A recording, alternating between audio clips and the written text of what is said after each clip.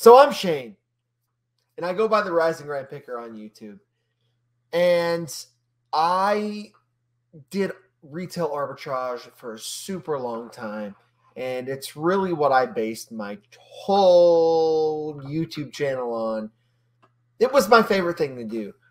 And, you know, recently I've had to change that, and I'm going to explain why. But what you need to know is this. I said Rusty and old silver and gold off, and anybody will go at the auction. He buying the whole show. That's just how the life of a picker goes. On a repost, ain't no one knows like Big Shane. He on the tube, educate your brain, give you a free game. So it all started out with this video for me on my channel, May 4th of 2018, 219,000 views. And this was the very first retail arbitrage video put on YouTube that ever showed anyone what they actually bought. That was not a thing. And as you can see, this video got a lot of attention because back then, literally, it was really hard I mean, there was very few reselling channels that was over, 10,000 to 15,000 subscribers. So if you even look through the comments, you see a lot of people that you know and you've seen. Back then, it was just content was easy to make. There wasn't a lot of people doing it. So I made this video about going to Dollar Tree and finding some actual, I don't know, they were like surge protectors, and I sold them on eBay. And this was where it kind of all started for me on YouTube. And I did a lot of other retail arbitrage content, a ton of it. And me, myself, I was also a $550,000 Amazon seller. It'd be a year and a half ago. So it'd be, not last year, but the year before. And even pre-pandemic, I was selling into, six figures. I was doing over 200, 300,000 pre-pandemic on Amazon. And it just all changed for me. This could be why selling retail arbitrage finds on Amazon FBA is tricky. This could be why. When I was on Amazon FBA, when I was only selling on that platform, so the year I sold 550 some thousand that was a year and a half ago. So it was not last tax return, but the tax return before that. My profit was around 150,000, 155,000 ish, somewhere around there. So that's a good living. Okay, that's a good profit. It might have been a little bit more, give or take. It's a good profit, nonetheless. But what I can tell you is new people, they see a lot of videos about Amazon FBA and they are like, yes, I want to do that. I was the same way and I made a lot of money doing it. I made a lot of money, okay? Not going to lie. But this is where I'm going to break it down for you, okay? Amazon FBA now takes around 36% in fees.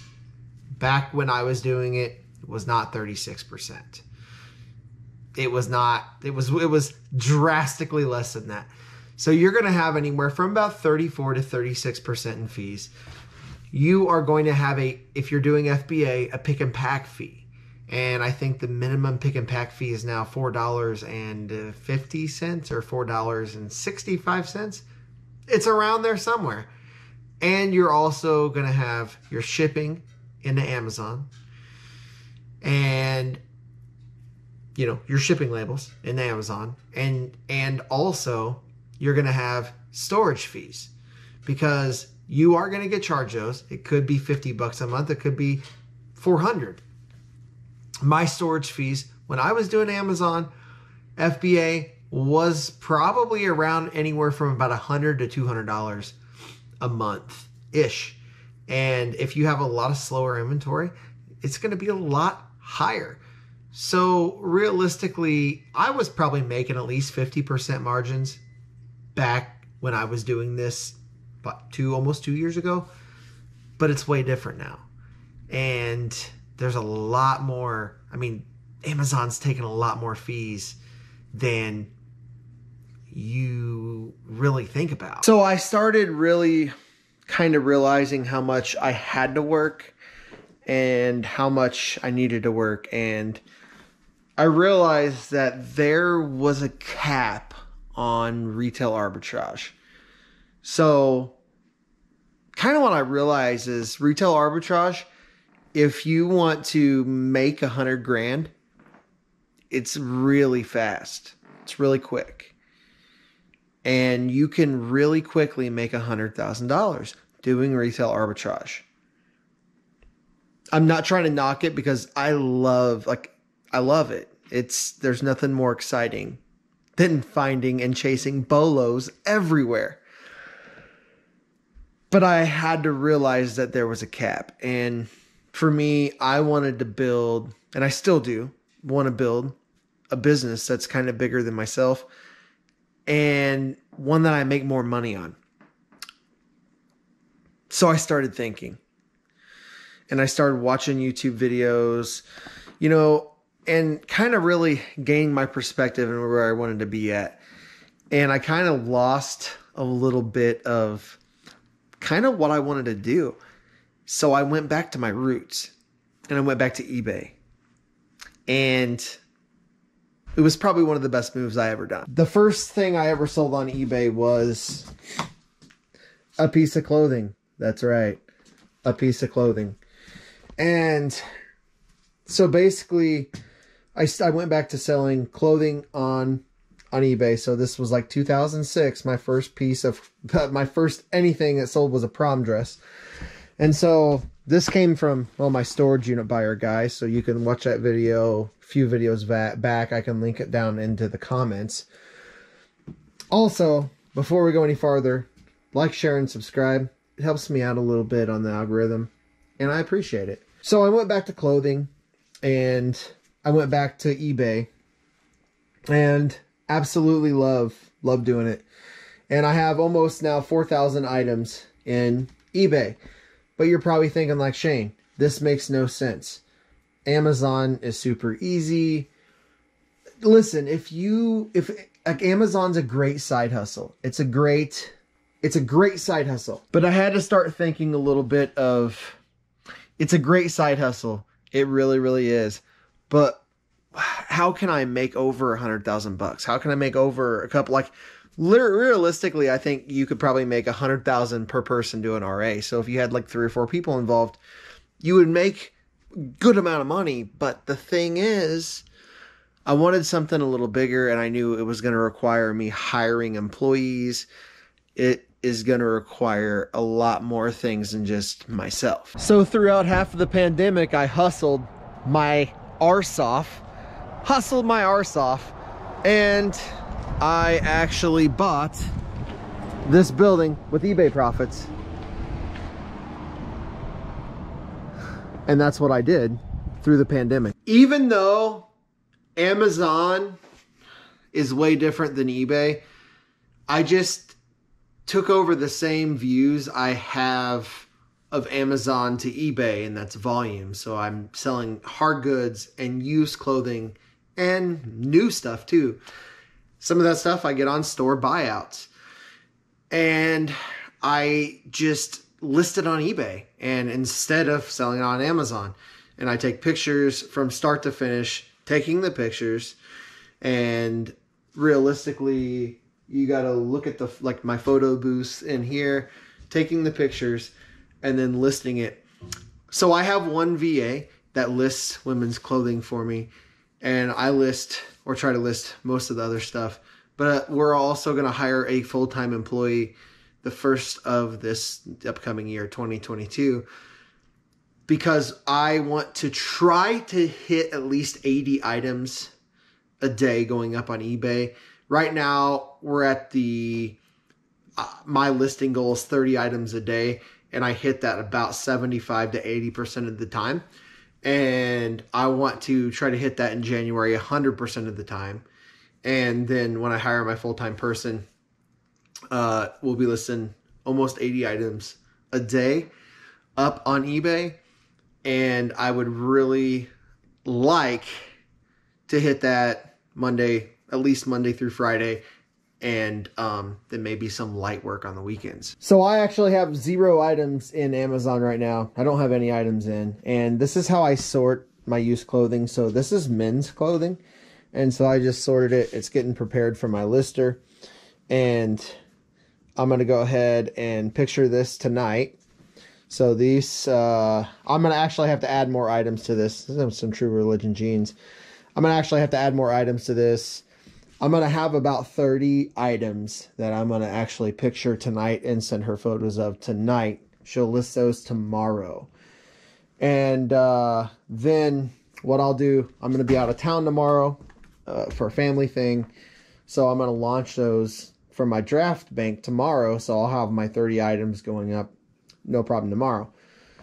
So this is the issue you run into when you're by yourself and you need to hire someone. And this is the difference between Amazon and eBay, is you have actual inventory that you have to store and it stays here. So like I have 4,000 items stored back there, and in my other videos you can see all those items. A lot of people do Amazon FBA because the storage is not there. Like you can send it into Amazon and it's taken care of. But the restock limits on Amazon have really made that stuff hard to do, because now you're getting limits on what you can and can't send in. And a lot of the limits are pretty low. So if you have the means to store the inventory, this method, like the X amount of items per day method, would work for you. And you would have to have a lot of room to store it. But if that don't work, then the second method to selling on eBay, you could just focus on really high margin stuff. So really anywhere from about 80 bucks, maybe 50, 60 bucks and up. And focus on stuff that either has a 60, 70% sell-through rate or better. And that would be a method you could use for when you have no storage. And you could easily sell 6 figures, probably focusing on those items. But this is where the method I'm going to use is a little different. Since I have the space, what I'm going to do is I overbuy. So I'm actually listed a lot. It was already all the way up to there last month. Now it's all the way down to there. I overbuy so I can list non-stop and I don't have to go sourcing. So this is all from a store buyout, and it just took me 2 days, and literally I had probably 3 trailers full of stuff. And I overbuy so that I can store it. I have a whole basement down here that's literally the whole length of the building. So there's another like probably 1,500 square feet of storage down there. This is where I store my goods that I have listed on eBay. So with my method that I'm using, I'm doing I'm going to do volume method, and I'm listing as much stuff as possible every day. And right now I'm shipping close to probably 25 items out a day. Actually, this weekend has been really slow, but maybe I'll actually do some videos where I pull a few unique orders and show you what it sold for, because honestly, I do sell some unique stuff, and then most of some stuff is brand new, some stuff isn't. I don't know. I sell a little bit of actually everything. What I noticed about Amazon, the last little part that I was selling on there, was I had to work harder and harder every day to actually make more and more money. So with this method, realistically, I'm going to list X amount of items a day. I'm going to sell X amount of items a day. And that's going to compound over time the more items that go in my eBay store. So my goal is to really hit 10,000 items, or around 10,000 items, by the start of so 2022 of the summer 2022. That's my goal. And that's really going to be hard to hit, but I've really slacked this week, but it's also the holiday week and it's a little slower on eBay right now. So I'm trying to space some of that work out to where I can really hit it hard after New Year's, but I'm still meeting most of my listing goals still every day. The one thing I do notice is when that stuff compounds is I'm selling on eBay anywhere from about, I was before this weekend averaging about $500 to $600 a day. I sold around $250 average this weekend, but I'm averaging around $500 to $700 a day, which is a really good place to be at. I mean, on Amazon, I was selling anywhere from like $3,000 to $6,000 a day, and it's going to take a little bit to work up to that because eBay is a lot more work than Amazon. But in turn, my profit margins are actually a little bigger. So I mean, you know, with clothing, my costs are around $3.40 or less. And I have hookups, I have people I buy from, and that's where I buy my stuff at. Like all the clothing you've seen over there came from a storage unit hookup I found, and he doesn't list clothing, so I buy it all and he sources it for me. It's easy and it saves me a lot of time. But my profit margins on eBay are a lot bigger, so I don't have to work as hard. I mean, I still work hard, but it's not as hard. So that's one of the things that I really kind of want to lay out for you. The biggest question everybody has is retail arbitrage going to ever go back to being good again? I don't know. The thing is the reason I kind of got out of chasing bolos is because I realized I had a cap on it of about 100K. And so I really had to, like, this model doesn't have a cap. It doesn't. There's no cap on it. You work X amount as hard as possible. You get paid X amount. You scale that, and it's definitely scalable.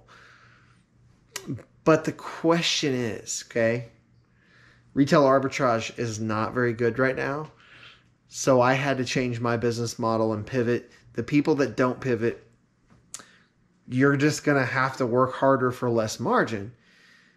I still respect Amazon sellers. I still have an Amazon account. I may merchant fulfill some stuff on there, but my main focus is going to be eBay. I will do some eBay retail arbitrage videos because retail arbitrage is 100% possible on eBay. But for me to do RA on eBay, it would only be when I'm like going to go out and like already be there. So I may shoot a video, but I'm already going to be in that store getting other stuff probably personally. And I'm going to look for deals like that. If we do happen to find a really, really good deal, like we may look at a couple stores, but we're not going to go across country and chase it because I feel like I spent a lot of time traveling, like a lot of time on the road. It was kind of, I don't know, difficult, harsh, exhausting.